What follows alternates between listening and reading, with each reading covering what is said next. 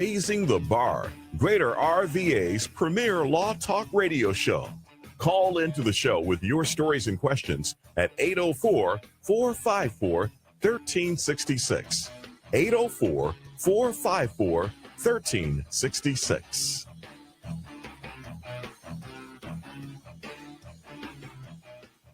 Good morning. This is Colleen Quinn of the law firm of Locke and Quinn, and I am the sponsor of Raising the Bar, the Law Talk radio show. This morning's topic is going to be single dads by choice and adopting out of foster care. But let me tell you a little bit more about the Raising the Bar Law Talk radio show before we get to today's topic. Remember that Raising the Bar Law Talk radio show is a show that brings an exciting and varied array of legal topics to listeners throughout Central Virginia and especially in the greater Richmond area. Once per week on Wednesday morning, the 1-hour interactive radio show features true life stories and cases, legal tips, practical and reliable advice, and information from experts and specialists. The show includes not just a variety of lawyers, but also a variety of professionals, and also a number of my clients. Remember that the law touches nearly every aspect of daily life, and this show brings both humorous and entertaining stories along with some helpful tips, including tips on access to the justice and legal service system, something that not everyone can afford. In fact, now on the Raising the Bar Law Talk radio show page, we have listed all of the available free and low-cost legal services that are available for those cases where you may not be able to afford a lawyer.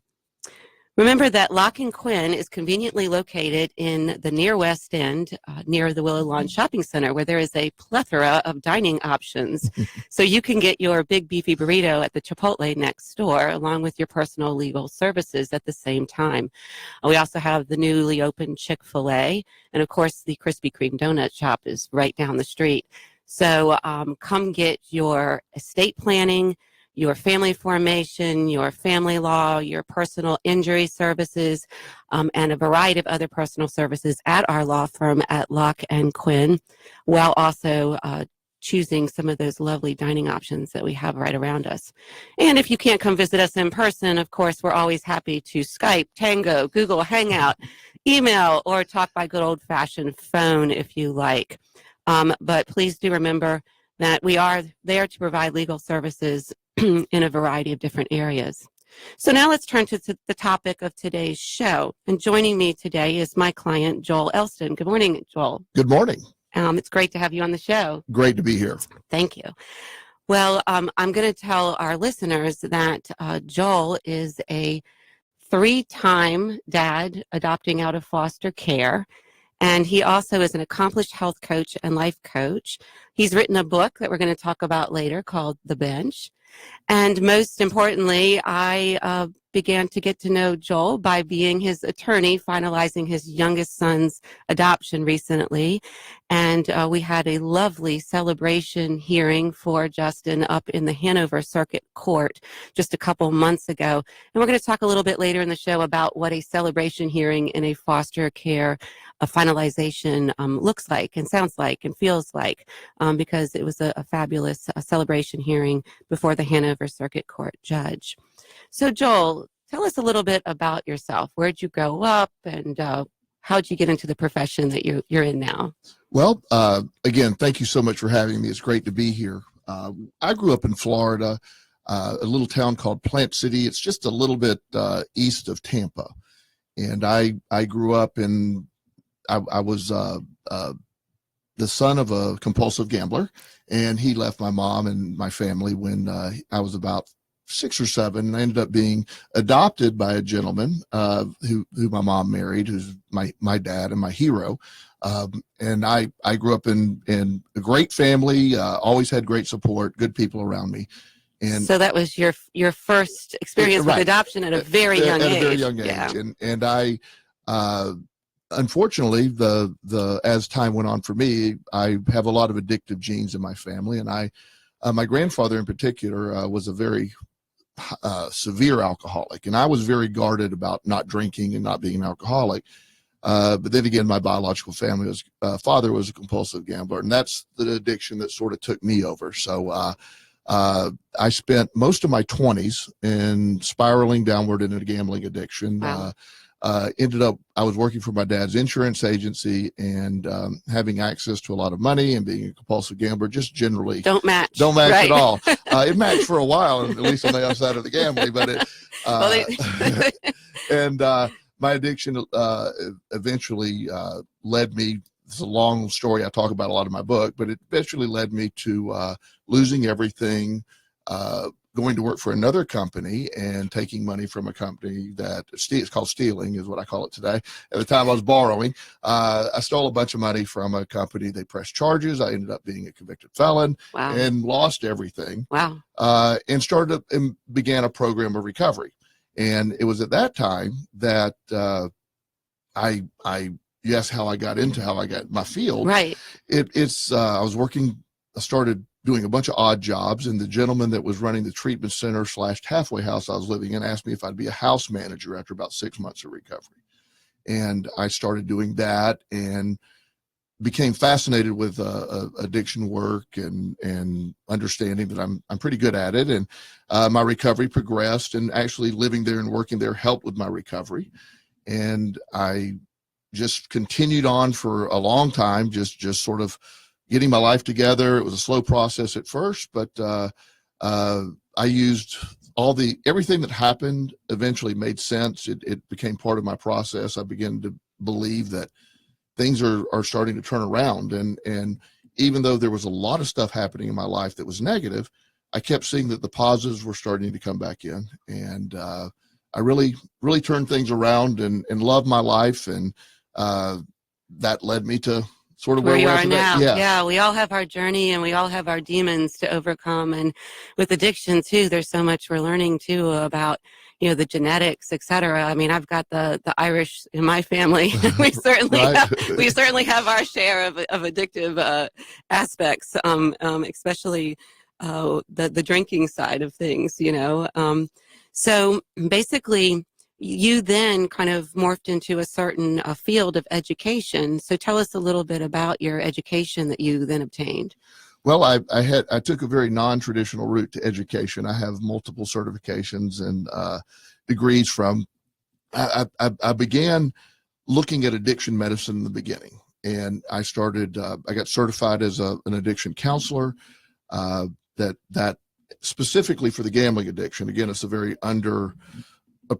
appreciate is not a good word, but a lot of people dismiss that as not being a really serious addiction, but it obviously can be. Right. The financial devastation from the gambling addiction is far worse than any other addiction. The average gambler takes over $250,000 out of the family system, and kids of compulsive gamblers often end up in very desperate states. So the gambling addiction became a passion and working in the field, but inherently with the gambling addiction, by the time they are ready for treatment, they don't have any money. So it's a hard field to make money at.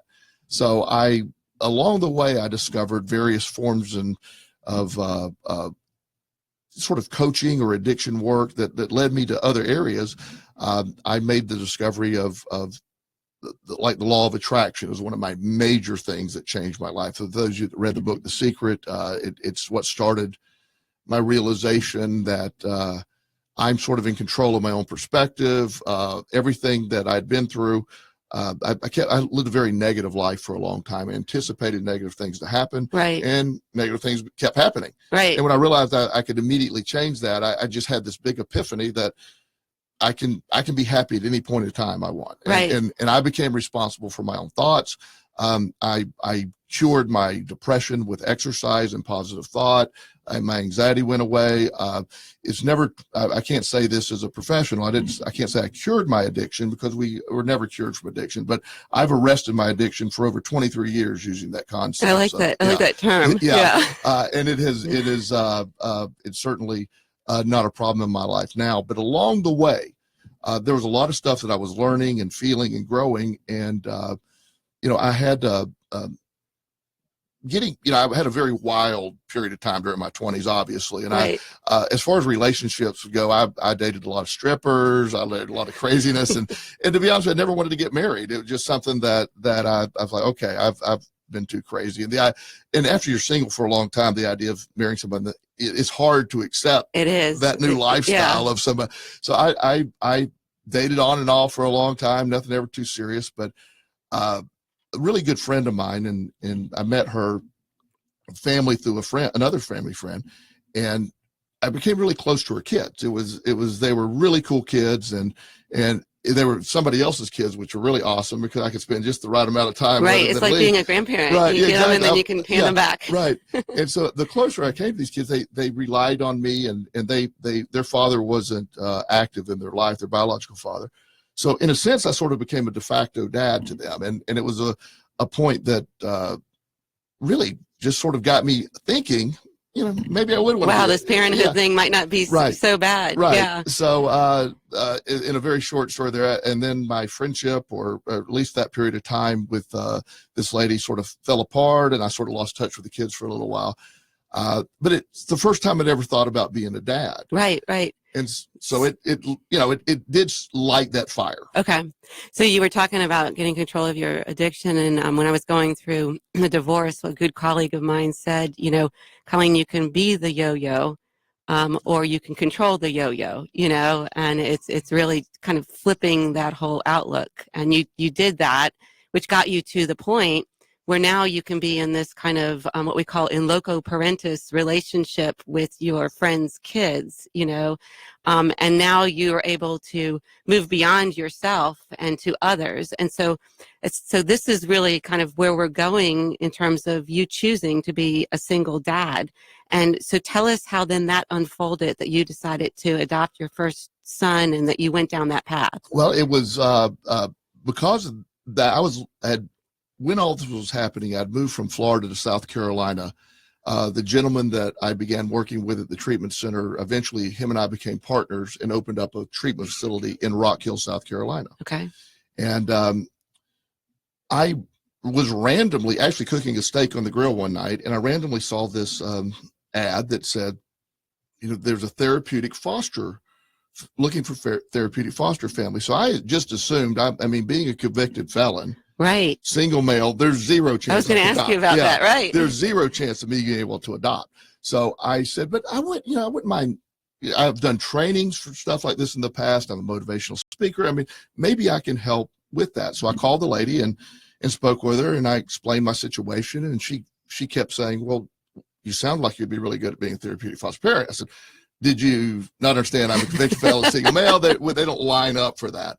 And so she talked me into at least. She said, well, no, I mean, they forgive that. It's been a while since that's happened. It's good to know that the Department of Social Services, right, has a forgiveness program. They do. And now, obviously, there's barrier crimes, right, and mine was a nonviolent theft charge, and not minimalizing it, but it wasn't a violent charge. And clearly, obviously, nothing involving children, right, which would be a barrier, rightfully so. But I began the process with her, and I'm like, now, I don't know if I want to go that far to be a therapeutic foster parent, but at least the concept seemed to me that, okay, I could be a foster parent and try this out. Right. And if the worst comes to worst, I can just say, oh, no, this is too crazy. Let's, but we got approved. It took just a simple waiver. When I say simple, they did an incredibly thorough background yes, check. I want to be clear when you do this. This is not, they didn't just say, okay, good idea, Joel. They did, they checked my references from Florida. They did background checks in Florida and South Carolina. I mean, very detailed background checks. And pretty similar to, it's a home study, basically, a foster parent home study. Yes. Yeah. And they get into, for those that are going through, it's a very detailed home, and they verify the information you give them. So I give social services both in South Carolina and later in Virginia high marks for thoroughness, and it was frustrating at times, right? But I'm glad they're protecting our kids that way, and so they did a really good job. So I became approved as therapeutic foster parent. A young man, his name's Josh, came into my home, and there was no chance to adopt him. Josh was just going to be a therapeutic foster kid, great kid. So while I appreciated having him there, he thrived in my home. They were very impressed. I don't know what specifically I did, but Josh and I got along wonderfully. We still stay in touch. He's still in South Carolina. He's doing really well. Okay. And so he was there with me for about a year. Okay. And so they were like, you're really good at this. Josh responded well. And with Josh leaving, it wasn't really I was never anticipating him staying. Okay. So while I missed him, we still stayed in touch. I had his parents gave me visitation rights. So How fun. yeah, it was really cool. And so it was a great first experience. And so you kind of became the uncle. I did. I'm like the uncle Yeah. now. And then again, the beauty of being able to leave. And so shortly after Josh was in my home, I said, let me take a month or so off from this and then consider another kid. Well, probably within 2 days of Josh leaving, they called me and they said, look, we have a young man. His name's TJ. And TJ was in 17 different foster care placements in a 24-month period. He was absolutely wild. He wasn't going to school. He was horribly neglected in his environment and was very rebellious, almost very wild. Right. He had no boundaries. No boundaries. Yeah. And they said, you did such a good job with Josh. Now I'm talking, this is a big difference. And I was like, wow, I don't know if I can handle this. They gave you the kitten and they said, oh, now you can handle the lion. Right, exactly. And so I said, I don't know if I'm ready for this. And Josh just left. And the lady actually, we were having our every month meeting that night, happened to be that night. So we'll have him here tonight. Can you come meet him?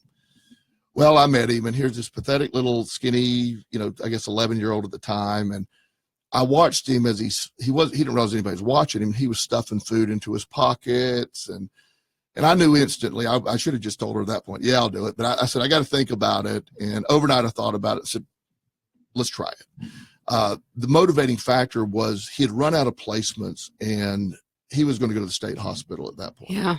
And for those that know, or hopefully it's not always the case, but it's once you get to the state hospital, it's hard to get out of the state hospital. It is. Yes. I even had clients trying to get a child out and couldn't get the child out that wanted to nurture him and everything. And some of these children are so wounded, they've got the reactive attachment disorder. Absolutely. They've got the hoarding that you just described. Yeah. Well, and they're anticipating. And one of the things that we'll probably cover as we go, but one of the things that helped me a lot in this equation. Somebody told me very early when this, I said, Joel, because when I would get frustrated with anybody I was working with the kids working with, the statement, it's not about you. I don't know why that resonated. If it's not about me, it's okay. I somehow was equating the kid acting up as being my fault that I wasn't doing a good job. When I realized, no, I was doing a fine job. It's just not about me. It just sort of relieved everything for me. And I was able to just I didn't let anything be a really big deal. And once foster care kids often are conditioned to push people away. Right. As soon as you get around, their job is to say, well, you're going to screw me over and push me away. So let me get there first. Right. Because they don't want to attach because they've been hurt so many times by broken attachments. Yeah. Right. So TJ, I agreed to take him. So he arrived at my home, and one of my favorite stories to tell is the very first day. He didn't want to be there. He didn't care who I was. He just was like just rolling his eyes at me and just, this is ridiculous. All TJ wanted to do was go home to his parents and or his grandmother, and that was his mission. He wasn't going to invest in anything else, and there wasn't a choice for that. But he was going to keep trying, and he didn't realize where he would end up. So his very first day, he came with nothing. That's another subject. They have nothing in these kids. And so we run out real quick in emergency. We buy a bunch of new clothes for him. And so the first day of school, the next morning, he came out wearing a T-shirt that was ripped that he drew a Nike symbol on. Well, I had bought him a bunch of new clothes, and I said, well, would you go in there and please change into some of the new clothes? Well, he threw this fit, and he goes, I'm wearing what the F I want to wear, and he starts jumping up and down. Well, the funny part, the line that I love, that I don't know why this just got me so much, is halfway through this, he rips his shirt off, and he's, again, the skinny little kid, and he's stomping up and down. And so and excuse the language, but it's so relevant to this. He said, and so I'm just watching him. I'm just like sort of fascinated that he's jumping up and down and not hurt anything. Right. And so after I'm looking at him, my arms are just crossed, and I'm sort of quizzically looking at him, and he goes, well, I guess you want me to get my shit and get out of your house too. That was the statement. Right. And I'm like, no, but when you get home, well, along the way, and the part that makes the story fun, he called me a whole ass instead of an asshole. And so I laughed. And so that's what he said. I want you to get my stuff out of the house. So I said, no, buddy. I said, but when you get home from school today, I'm going to teach you how to cuss properly because you have no idea how to do it. Well, he went from this, he looked at me, he goes, what? And very quickly, I would not let TJ push me away. No matter what he did, it was never mean stuff. He was hateful often, but it was never mean in the physical. It didn't try to hurt anything, didn't break anything. And then after a while, I guess he figured his techniques weren't working on me. So he just sort of settled in. Right. And we, along the way, and I'll discuss this too, being a single parent in foster care, I develop a very rich, thick group of support people. I have, as you saw when we had our celebration hearing, we have over 25 people there. I reach out to people. And one of the people that came early into the equation for TJ is a teacher named Joanna Setzler. He was in 5th grade when I got him, and he could not read. When I say he could not read a word. Right. And she took a special interest in TJ, and she knew the story. And she worked with him every single day before school, during school, and after school. And she was instrumental in this, but as time went on, he quickly started reading. And it wasn't long, he was reading on grade level. And he started buying into this whole process. He was doing well in school.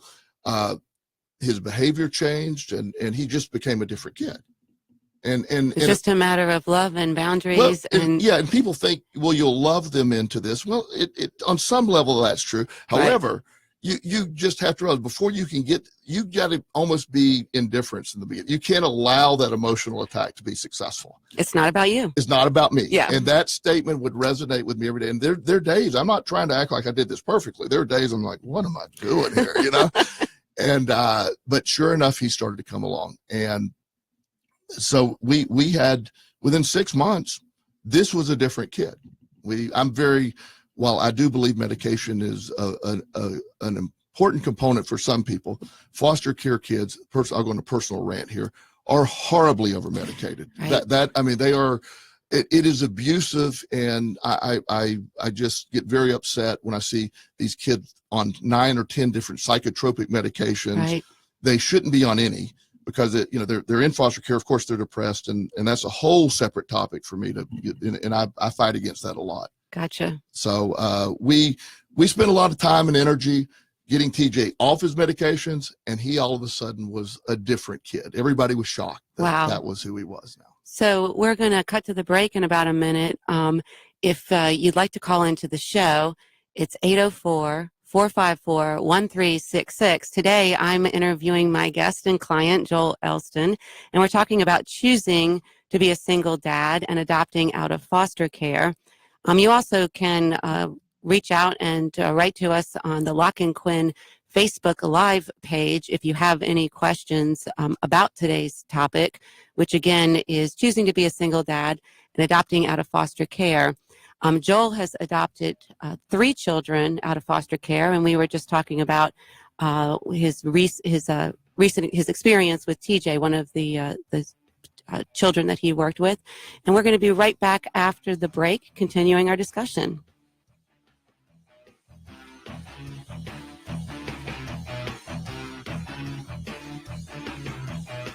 You've been listening to Raising the Bar, Greater Richmond's premier Law Talk radio show. Call to the show with your stories and questions at 804-454-1366. 804-454-1366.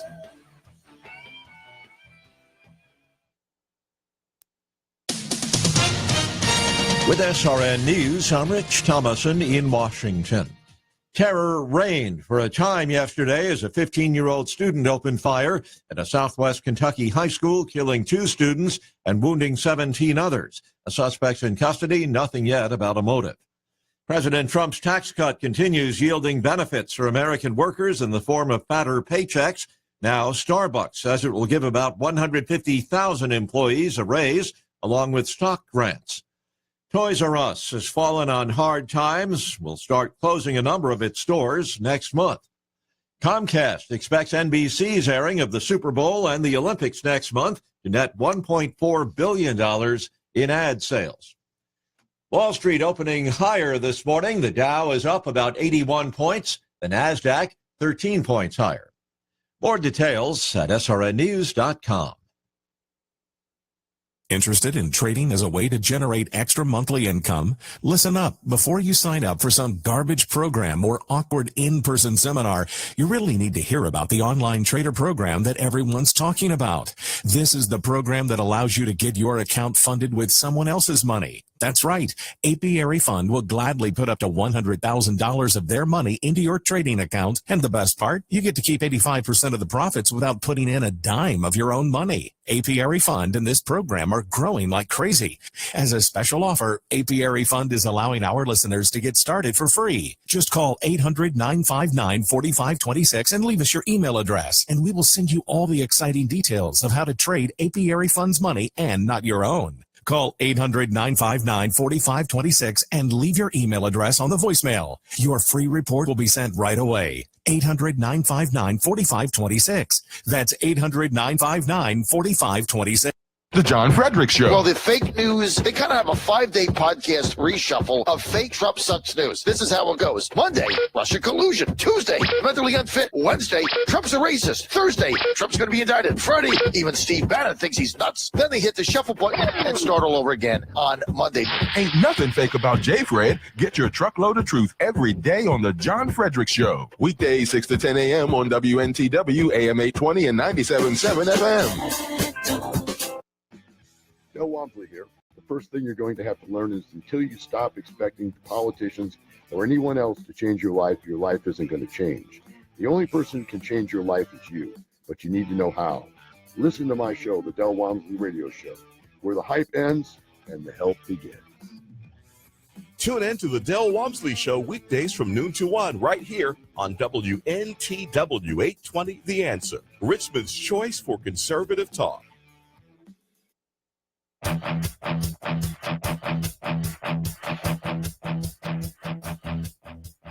Now, back to Raising the Bar. Call into the show with your stories and questions at 804-454-1366. 804-454-1366. We are back. This is Colleen Quinn of the law firm of Locke and Quinn.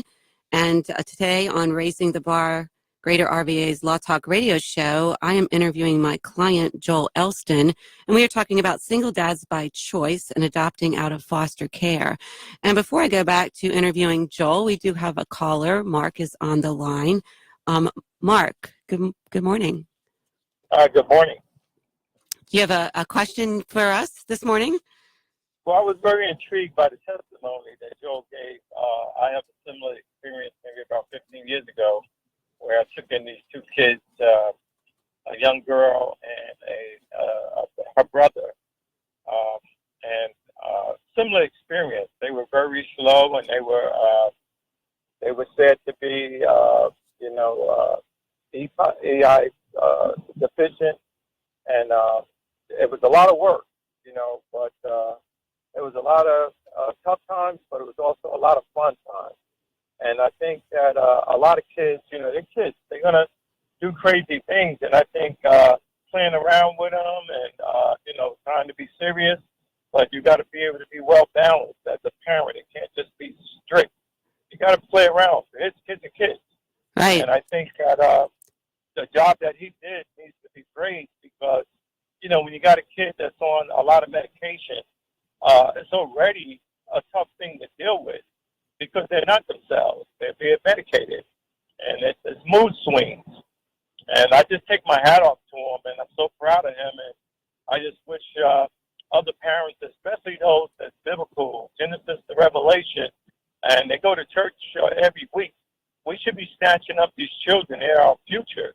And the Bible is the best way to discipline children and to learn about how to forgive and how to be merciful and how to, be thankful and grateful. And these things rub off. Right. It's almost like you give birth to it. If you're a loving person, then somebody around you, that regardless of how mean they are, they're going to become loving too. Right. Well, Mark, thank you so much for praising Joel and all the foster parents that are out there. They are, in fact, saints, and the Bible can be a good tool as part of that nurturing of children. We do have a lot of children in the foster care system that could use folks like you and folks like Joel. So thank you so much for calling in and sharing your story with us this morning. More than welcome. Great. Have a great day. All right. So you got one fan out there at least, right? I really appreciate that call. It means a lot. We, we were talking about when TJ was there and how he turned the corner and it became apparent through a chain of events that I wanted to adopt TJ, and I was like, wow. I mean, to see this change in this kid, and we got very close, and the most resilient human I've ever met. I mean, anybody that's been, and that's how I looked at him. Even when his behavior was off, I'm look at the resilience of this kid. He never felt sorry for himself. He, that's admirable. Right. And I know it's not all about you, but seeing that transformation and that development had to be rewarding. It absolutely is. Yeah. Even though it's not about me, his behavior is not about me, but this progress, I was growing too. I was getting as much out of him as he was getting out of me. And I was becoming, not that I was a bad person at that point, I really turned my life around because I like the discipline in my life. I like the structure of getting up, going to school, and I do very well with structure. I have a really off the chart ADHD personally too. So the more structured I am, the better I am. Being a parent does require some structure. It does. So TJ enforced structure. So I behind the scenes started looking into adopting him, and his social worker is still a good friend. She became a very good friend, and she everybody saw what was happening, so it was a no-brainer. Everybody's like, yes, of course. And the only problem is in South Carolina at the time, and they've adjusted the age up a little bit, but TJ had to agree to be adopted at that point. How old was he? He was 13 at that point. Okay. We were talking. And in Virginia, it's 14, right. but still, right. every state has a certain threshold age. Yeah. Right. And so I approached him one day, and I said, and this leads into how I get into all the other stuff. He said, I asked him if he'd consider being adopted, and I could tell by his response, he said, well, I'll think about it. Okay. And he came back the next day, and again, he said, look, you've done so much for me, but being adopted would be disrespectful to my family. And if I have to agree to it, I'm going to have to say no. And interesting. It was heartbreaking, but Yeah. at the same time, again, it was TJ. He was very, very loyal to his family. So long story short, he had been with me long enough, and I'm an approved adopted parent at this point. Now, Yeah. I've already been approved to adopt. So that lasts several more months with him in the home. He continues to thrive. And they approached me about a young man. They said, look, you're approved to be adopted. There's an 8-year-old boy named Chris who you'd be great with. TJ's doing well. And I knew a foster family that TJ would be able to go to since he wasn't going to be adopted. And the social worker, his social worker's like, no, I want him to be adopted. And I go, he's got to agree, and he won't agree. Right. So long story short, TJ goes to this other family, and I was given the rare right as legal. I had legal visitation rights with TJ, which is almost impossible. Right. I mean, it was, yeah. they normally when they go to another foster yeah. family, it's like goodbye, right. sayonara. Right. So they gave me, which was unheard of, because, and they always felt he would eventually come around. So in the meantime, Chris comes into my home. He's a great kid. We're doing wonderfully. He's quick. He's different. He's buying it. I'm ready to roll. I want to be adopted. Called me dad from day one. TJ always called me Joel, and so he had a hard time. Not that he didn't view me as dad. Right. He referred to me as dad to other people, but calling me dad was again a betrayal to his own father in his mind. So we would go out. TJ would come hang out with us every weekend and go to the movies, all this, and so it got time as we got closer to Chris's adoption. I get a call one night from TJ. He was crying. Aww. And he said, will you adopt me? Aww. What am I going to say? Yeah. Well, I take it he's also becoming close to Chris at this point. Well, sort of. Kind of. Okay. Yeah, but he's also seeing Chris become right, like a permanent, right. When he's get a permanent home. Yeah. He's realizing the package of our life, of our life. And I say this with as being as humble as possible. We're blessed in abundance, and we have a great life. And foster care homes sometimes aren't always, and where it isn't always the best setting. And even though I knew these people, he was just, and I decided, yes, I'll adopt. So now I can't tell Chris to leave, So I have 2 kids. I never intended to adopt 2. Now I had to wait. This is the funny part I had to wait. It took several months for the court date with Chris, and we had to do all that stuff. The state of South Carolina wanted TJ adopted so bad, we had a court date in 2 weeks. Oh, wow. we had a court date in 2 weeks, and everybody's like, before anybody changes their mind. And so TJ, They were moving them off the government dole really fast. Right, yeah, exactly. So we in fact, a judge in South Carolina agreed to come in on a Saturday. Wow. They were like, let's get this done, and I knew them, of course, because I had done a lot of work in that area anyway. So it worked out really well. We got TJ adopted, Chris adopted, and they thrived, and they did very well. I mean, and I don't want to present it as it was absolutely perfect. We had our ups and downs. Right. We had, Chris has, and still struggles with the effects of this. You mentioned reactive attachment disorder. Right. People don't understand that's an incredibly difficult thing to overcome, especially when there are those broken attachments from such a young age. Yes. Yeah. And they manifest in different ways, but in Chris's case, he was so desperate to bond with everyone that he ran people away. So he had a really hard time, and he still struggles with that as he's 21 now. But I'm not giving up. We're still, we still trying hard, and he is making little progress as we go. But as time went on, we overcame everything. And despite, TJ was arrested for pot, he had a drug overdose. I mean, right. And within that, it's just. But kids not in foster care. Right. We're seeing that. Yeah. Right. And the piece that I always kept reminding myself, I kept going back. It's not about you. You're doing this for them. And it doesn't mean that when he's in the emergency room, ICU being stomach, but I was all, joyful and right. thinking that way. But I was always able to process that the chain of events in our short time, I can't get into all the details, but there was an incredible chain of events that just led to all this. Right, including having other foster parents that were cooperative. Right. And I see when foster parents work together, it's just a better outcome. Right. Yeah. And it's not about, and I stood by TJ, and then after a while, TJ just, he conceded and wanted, and he fit in, and he had to go to a boot camp for pot use. And again, it's just TJ stuff. TJ was, that probably made home look like heaven. Yeah. And so we had, with TJ, he was the most resilient person ever on the planet. So, we get TJ struggled for a long time. When he turned 18, he went back to his biological family. Okay. And, not offering a lot of commentary on that situation other than, he felt he needed to do it. And it was hard to watch. Right. But at the same time, it's something he had to go do. Right.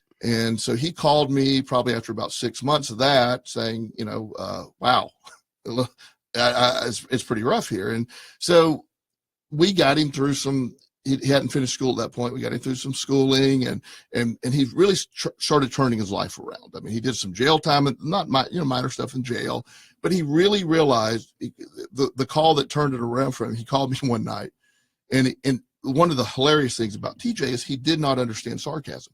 So he called one night and he said, "Dad, I'm in jail, and it only cost $253 to bail me out." And my response was, "How much to keep you longer?"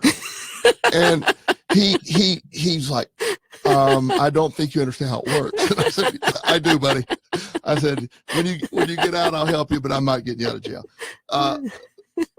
TJ survived, thrived, became, and really turned things around. And what an incredibly, again, the most resilient man I've ever met. And I really respect his resilience, and not to minimize Chris. Chris is still in his building stage, and I expect him to completely come around as well. Right. So that led to where we were at with them. It was a great experience, and it was there were those moments I kept saying, "Why did I do this? Why do I do this?" But I never wouldn't go back and do it. So. Right.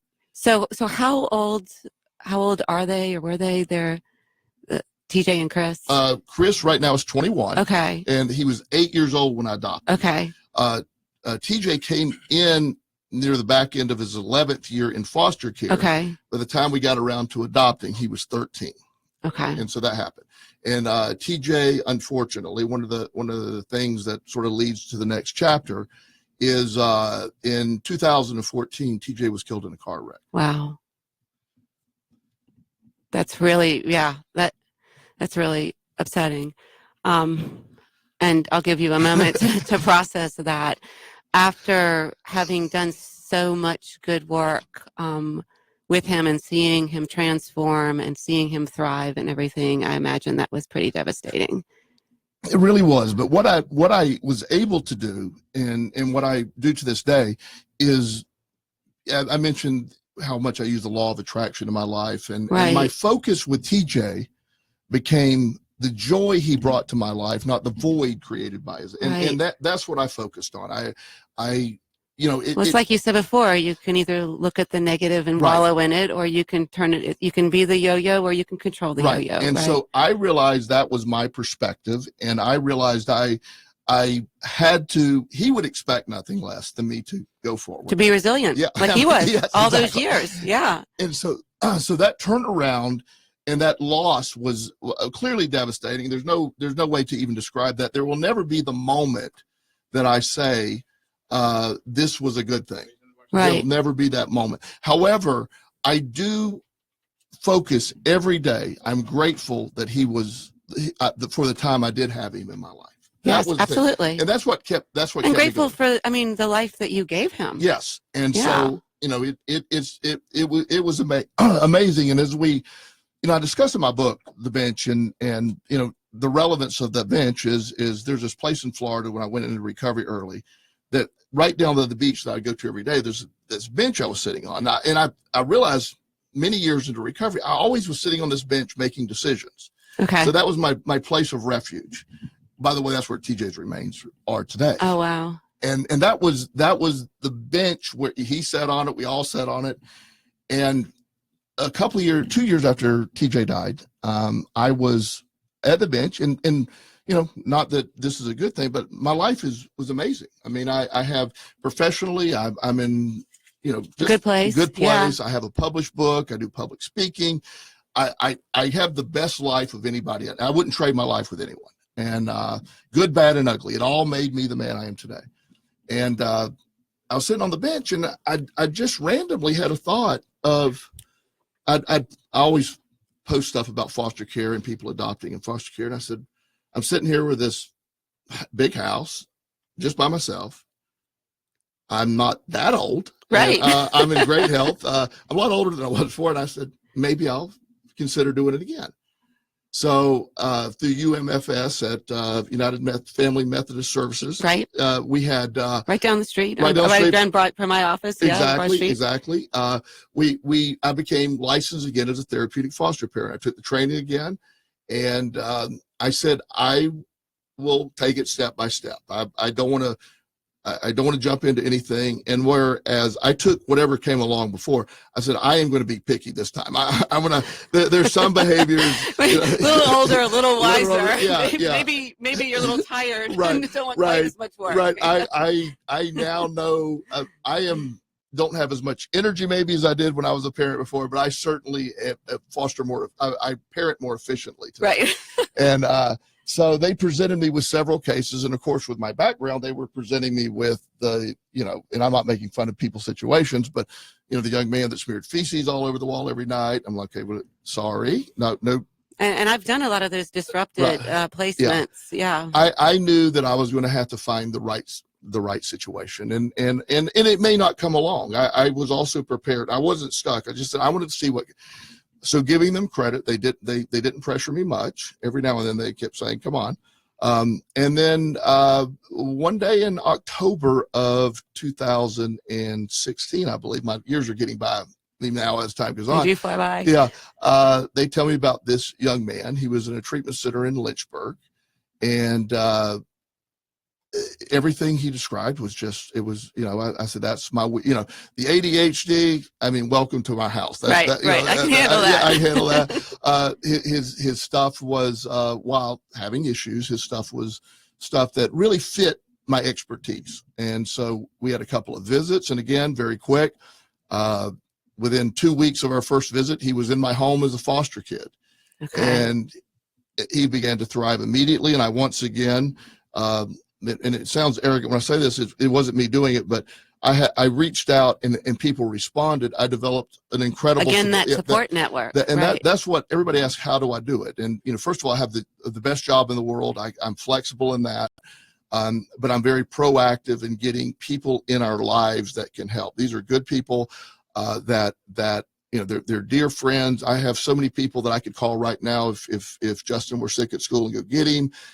They support him spiritually. It's so essential to being a single parent. It is. And so I have all that in my wheelhouse, so to speak, right now. And so having experience doing that, and I'm always shocked at the foster parents, single or not, that don't take advantage of respite care providers. It is not a weakness to say you need help. So the process of adopting these kids it seems overwhelming at first. Right. It really does. It's you mentioned earlier the home study. Right. We had the home study in South Carolina was a little different than here, but it was basically the same thing. You tell them a complete and thorough history. They ask you a lot of probing questions about your childhood and how you believe and stuff, and then they verify a lot of this information. Right. And then I have this great cartoon. It's a social worker handing a goldfish in a ball to potential adoptive parents and says, bring it back alive in 6 months and you'll pass the home study. Well, the beauty, that's a great one. The beautiful thing of my situation is I obviously answered questions, but I basically handed the social worker my book and said, well, the good, the bad, and the ugly is right here. Read the bench. And, I had mentioned before, I had a felony conviction for theft years ago. And when you're adopting, obviously the very thorough background check, and while I got it approved in South Carolina, I didn't know if it was going to be approved here in Virginia. It's a separate state, separate opinion on it. Right. Of course, it's not a barrier crime here either. Right. And, you do have to have someone sign off. They acknowledge that it's there. And so we completed that, once the home study's done, then you go through, there's, and you can speak more to the legalities of this, but there's terminated situations where parental rights have been terminated. And that was, we were on the very back end of Justin's parental termiation. So, so he was still at legal risk. He wasn't freed up to adopt. Right. Yeah. Right. But he had been in his biological mother had been in the system for a couple of years, and they were at the judge had made it clear that, and the caseworkers were like, this will be the last hearing. But until then, you only get so many chances, to turn it around. Yeah. And so while you're at risk of him being returned, it's an unlikely risk at that point. And once the termination happens, once that goes, because a lot of people are fearful, like I wouldn't want him to be adopted, and the parents they hear these stories. Once they're terminated, you're not going to lose that child. Right. It is, Justin is my child today. Right. There's no one who supersedes me, no matter what could happen. There's no court action that could be taken outside of me being a bad parent that would remove him from being my child. We did get that final order entered. Yes. And in Virginia, it's a little problematic because the TPR, the termination of parental rights, happens at the juvenile level, but then they can appeal it to the circuit court level. So sometimes there's 2 rounds of termination before you finally get to that finality. Yes. But when you finally get to that point and it's not appealed any further, then you can safely move forward with that adoption. Right. Yeah. And it does sound scary for people to go through all that, but I don't know the exact number. But right now, today, I looked on Google the other day, giving somebody some information. There's roughly 120,000 children in foster care in the United States that are legal rights have been terminated and available for adoption. And are available for adoption. Right. And a lot of them are the TJs of the world. A lot of them, and so I and this is not and it's a little thing that I often say. I certainly don't get into the discussions of political views on different things. I have my own opinion on a lot of things. But if everyone would advocate for our kids in foster care as much as they do for unborns or other situations, not that doesn't matter. Right. But why don't we put that same effort for our kids that are here, and at least an equal effort?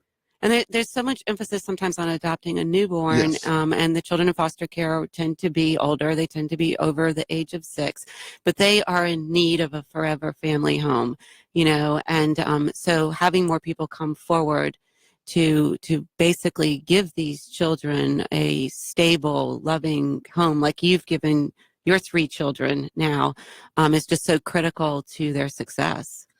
Well, and the process that also happens that most people overlook is I have seen some of the most successful foster care adoptions be with older families or older women that are, I know of a 64-year-old lady who adopted she's a 64-year-old Caucasian female. Mhm. She was a widow, adopted a 14-year-old African-American young lady, and it was the perfect match. Yeah. I mean, so the concept that we're too old, if you got a room in your house, right. you got and a big sense of humor, I always say, if you got to have a sense of humor, if you have a room and a sense of humor and you're ready, you could do this. And most people, whether you're single, whether, you can change a life. We can talk about changing things or we can change things. Right. And this is how there's no greater gift. I don't think I'm going to do it again. Never say never. Never say never. But at this point, I'm so glad that I'm in this process again. I'm in great health, and I'm in a position where I think most parents in general would say, if I could go back and do one thing, I wouldn't worry about so much of the little things. Yeah. We get caught up in the little things sometimes and trying to micromanage stuff.